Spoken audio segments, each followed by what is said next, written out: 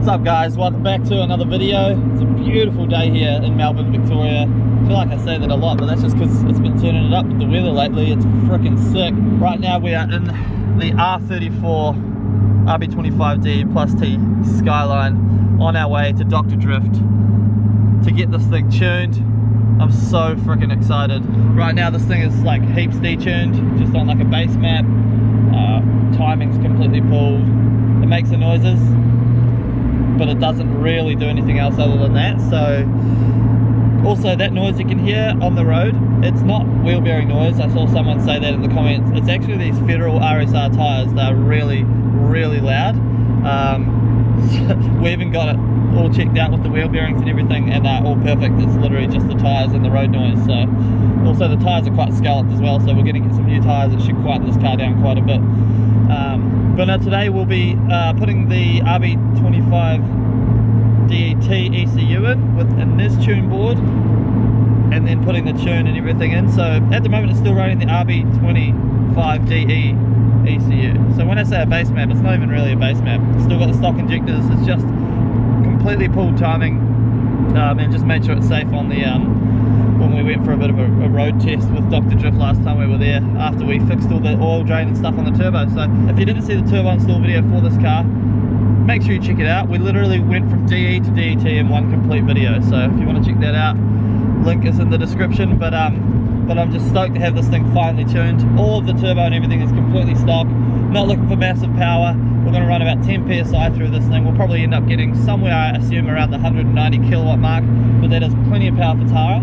And these cars are getting worth so much money. We wanted to keep this thing as stock turbo wise as possible to make it last as long as possible, because you know, technically speaking, with a safe tune, 10 psi on this engine and good maintenance, it should go forever really. So that's the plan, but right now we're going to enjoy this beautiful drive. Yeah.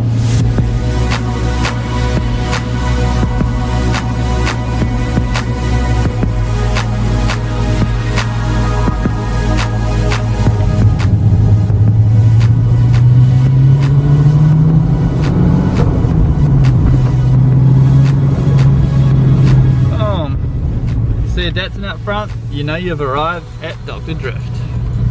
Alright, so here we are at Dr. Drift's, the house of the Datsuns, Datsun 1600, Datsun 1600. I actually am thinking about trying to buy this off him, Tim Coystonin's S14. Always just a range of fun cars here, but obviously this is the car that we're, g'day mate, that we're here to concentrate on.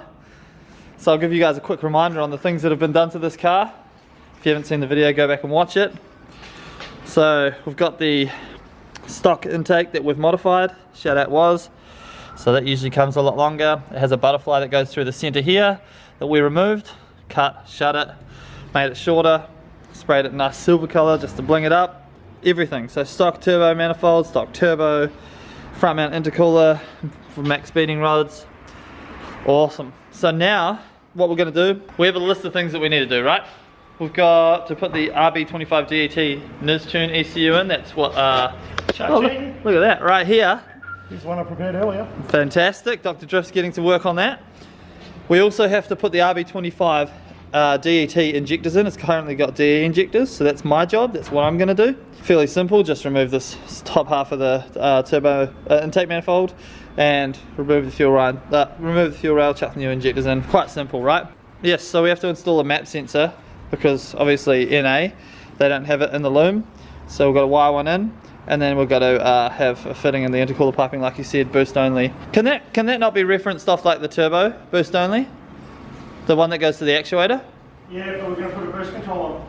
So you can't really, you don't want two things on there, because then you're changing it up. Yeah, we're going to put a boost controller in it and wind up the boost a little bit. I think 10 pound is where we're at. Oh, see what happens.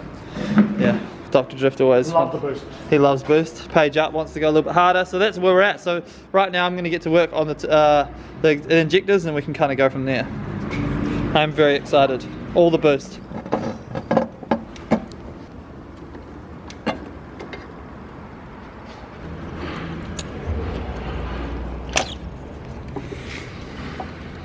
So I've removed obviously the intake manifold, the injector rail and the injectors. Shout out to Nissan for making that so easy. Literally the easiest thing ever to take off, which is awesome.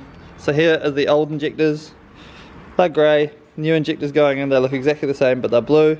So they just flow more fuel, which makes sense because we're putting more air into the engine, so we need more fuel. But you can't just do that without changing the ECU and changing the map within the ECU to say, hey, you've got bigger injectors, because otherwise the ECU will get confused, think it's got these injectors in, and then just push heaps of fuel through these injectors into the engine, and that's not a good thing. It'll run like absolute dog crap. So we're going to go ahead and throw these in. Dr. Drift is also going ahead and put our wee nipple on here. You know how much we love nipples. Nipples! And that goes directly to our boost sensor that we have to wire in, which is somewhere, and I don't know where I put it, but it's going to... The sensor runs from here. We pick up the signal wire that used to be the variable intake butterfly for the NA. Yep. So get the signal wire from there. Yep. And we'll run a 5-volt signal and ground, probably from your TPS will be the easiest. That's it. So that's the 3 wires for the map sensor. And then we pretty much put it all back together and we're good to tune. So we're putting the Rb25 injectors in now, but always lube the injectors. All the lube, yeah? Because you want it to slip right in with ease. You don't want to have to force it in.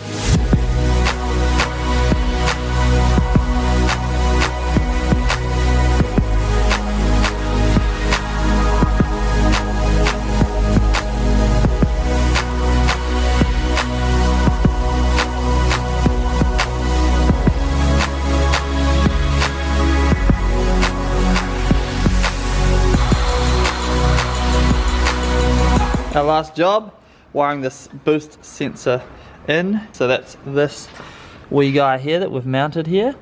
Tells the ECU when it's seeing boost basically. Awesome. So we're just wiring that into the TPS like Dr. Drift said. Couple of wires. It's something you have to do. So anyone out there that's turbocharging their Rb25De While we do Neos. that, we're going to teach Mike how to use open barrel splice crimps. Oh yeah, I'm excited about this. So you're going to need them for the 280. Because we're going to be wiring in our Haltech from the 280 that's actually coming from this Datsun 1600 over here, so full circle. It's going to be sick. Boom. How good's that? That's awesome. Yeah. Takes up hardly any space. Yeah. And it's not going to fatigue in the engine bay environment like solder will. Yeah. Wicked. Solid connection. Love that. It has been many hours since I filmed the last clip. We've been taking our time, boost leak testing this thing and just going over the whole thing and making sure it's perfect before we tune it. Tuning cars is not just about slapping it on the dyno and running it up. You have to make sure that there's no boost leaks before it goes onto the dyno. This is why we haven't run it up yet. We ended up swapping all of the T-bolt clamps out for your normal style clamps. These clamps are so much better. Pretty much all of the T-bolt clamps that we had on were leaking because they basically have a bigger surface area, which is actually not a good thing, right? Because they don't clamp down properly because it's wider, right? Whereas the skinnier surface area clamps down a whole lot better. They also look way tidier, so we've literally switched out the whole system with those hose clamps. We also found a wee leak at the throttle body. So yeah, this little boost leak tester, the smoke tester, really helps with just making sure that that turbo is not overworking itself. So here's the finished product. We actually ended up doing a 2.5 to 3 inch intake just to allow more airflow. Just tidied everything up pretty much. Oh, look at that. Let there be light, son. We've got the boost sensor all wired in.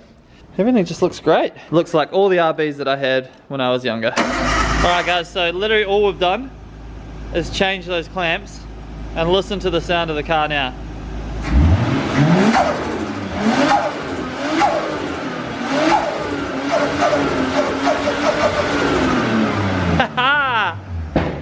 Oh, and a wee pop for good measure as well. That is insane. We've not done anything other than change those clamps and make the intake slightly bigger, and it's literally, oh, dosing like it should. Love RBs, man, so good. Now, time for the real test. Running it up on the dyno. Whew. Enjoy the noises.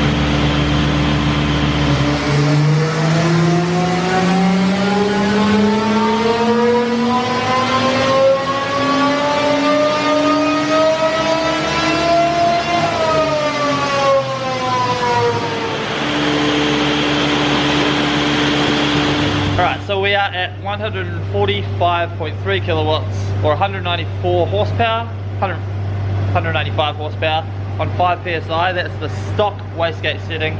Really important to get the car perfect at the minimum amount of boost before you start winding the boost up. Yeah, with the cut down intake, it's mucked up with the airflow a bit. So Yep. I had to change the variable cam timing solenoid and pulled that down to about 800 RPM to get rid of huge white spot in the mid-range. And now it come up nice, didn't it? Yep. So now we're winding a little bit of boost into it, not too much. I don't know how much power these are supposed to make on 5 pound. I've never run them that low. Yeah, that's because that's stock wastegate setting, right? No, it seems less than Oh, okay, for some reason. So interesting. yeah, I mean it doesn't have the factory solenoid on the turbo. Yeah, right. That normally bumps it up 2 pounds from like 7 to 8 pounds. Yes. At the moment it's on what? 5. Yeah, 5. Sweet. All right. Well, now it's on more because we've put just a cheap boost tee in it, but that's all we had, but it'll work fine. And we're going to see how it runs up, but yeah, no more than 12 pound we're thinking, so whatever it makes on that we're going to be happy with. But to be honest, even right now Tara, if she drove this car, she'd be absolutely stoked. It's more power than she's ever had, 150 145 kilowatts, but you know, we're going to go for a little bit more. We've got to add that little bit more spice, so roll camera and let's see what she makes.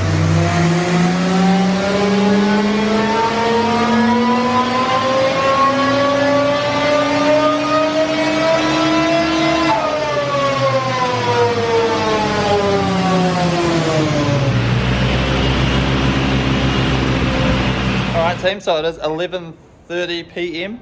We're still pushing on. We just changed the spark plugs, so didn't even think about it for some reason, but Fuck the curfew. yes, there's a curfew, and the curfew was 3 hours ago, so it's going to be a very interesting drive home.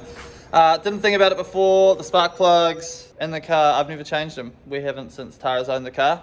The car was knocking. Had to pull heaps of timing out of it. Yep. We thought because fuel pump, because it's stock Rb25De fuel pump. There's definitely a fueling issue as well. Possibly fuel pump and or maybe a dirty injector or two. Yeah, because of second-hand injectors.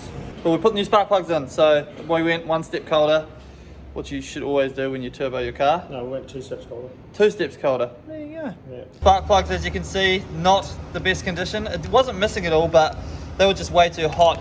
So hopefully that brings some of the knock that he was experiencing down here to pull timing so that it wasn't knocking. I mean, it's still making 150 kilowatts, which is great, but we can do better, so see how we go. But we definitely have to put a new fuel pump in the car, so we won't be able to get the full power out of it tonight, but we'll see how we go.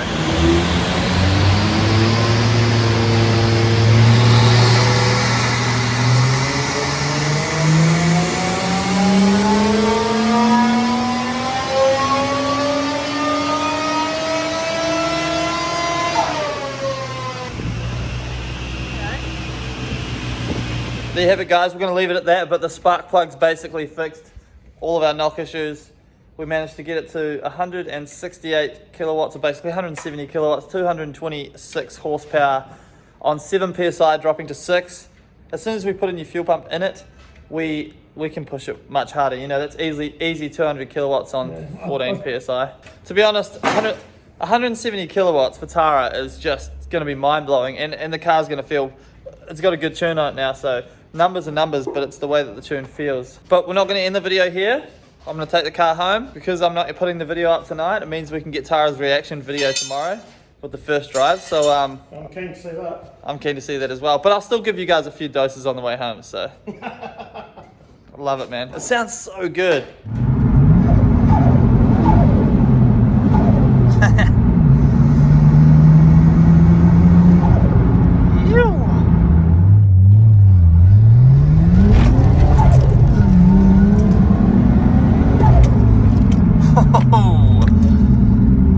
That's fast. Yep, that's fun. It hooks up so hard with those semis on the rear. So it is the day after, or the morning after, and we're about to go for our first test drive. Are you excited? I'm so excited. It's gonna be good. I'm like a little bit nervous. You can see I look tired. It's because I am tired, because we were there till like 1 AM, but it was worth it. The car's sick. So let's see what she thinks. All right, test drive time. so nervous. I don't know how to drive fast cars.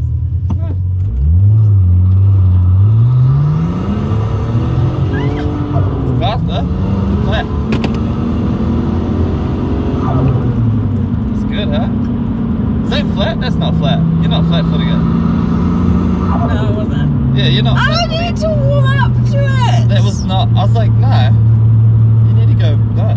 Give it everything. Go now. Give it some.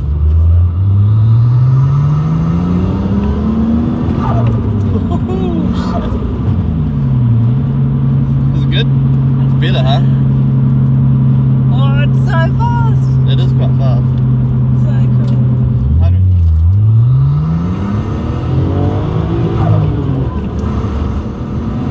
You're still pussyfooting it. You're pussyfooting it so much. Good though? Oh my gosh. It sounds good, huh? I'm very excited.